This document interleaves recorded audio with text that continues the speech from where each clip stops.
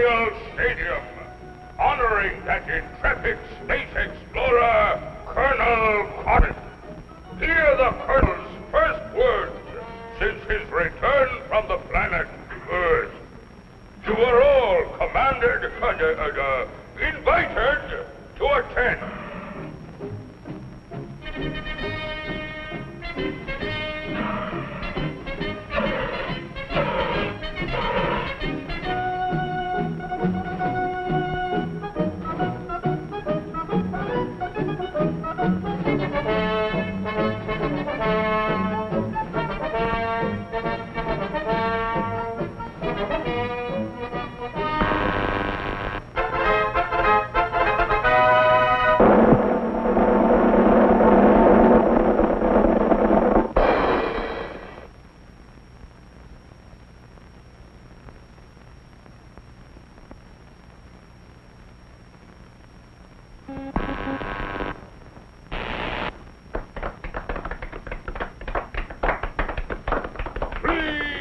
Please, thank you for this unsolicited testimonial. And now, by special permission of the Commander-in-Chief, me, here is Mars' first space explorer, Colonel Cosmic.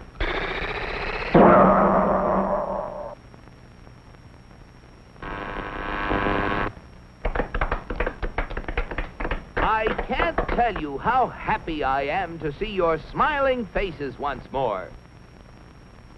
First, let me say that this trip was made possible only by our dauntless chief, Og the Magnificent, introducer of Og Power, which runs most of our industry, and inventor of Og Speed, which doubles the original Og Power.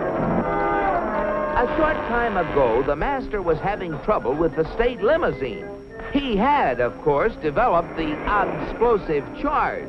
But it was inclined to get a little out of hand, just slightly.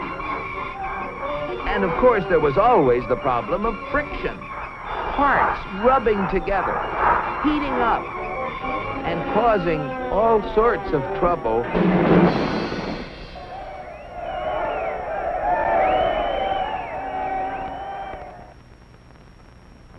But our leader was undaunted.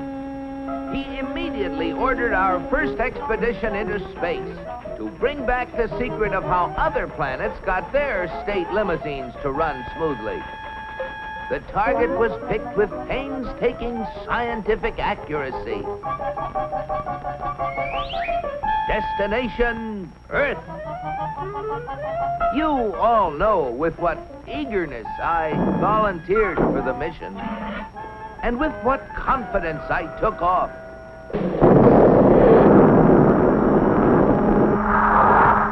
I took careful bearings and set out for my goal.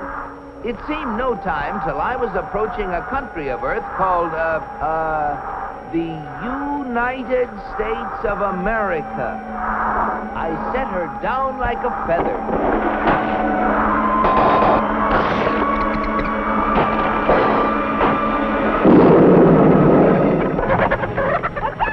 What's all the racket?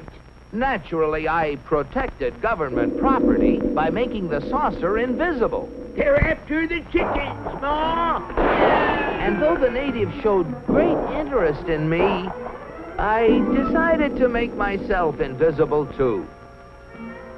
Seeing moving lights in the distance, I headed for them. What phenomenal luck! I had landed close to what seemed to be an endless procession of state limousines. They moved quickly, and yet with fantastic smoothness. I just had to get a closer look at one of those Earthmobiles.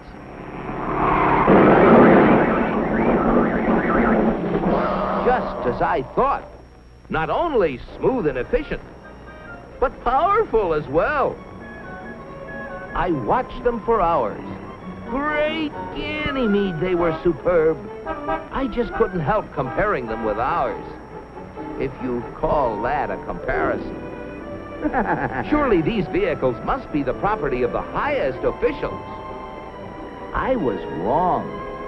It seems that almost everybody in this country has one of those, they call them automobiles. They use them for transportation, for business, for pleasure. They use them for all sorts of things. I found that these vehicles gather at places called service stations, where they are fed, lubricated, that's how they beat friction, and given the finest care. The source of their nourishment was something called petroleum. A power source like that must be a highly prized state secret. I had to find out about it. Perhaps the secret lay within this government archives building. It was heavily guarded.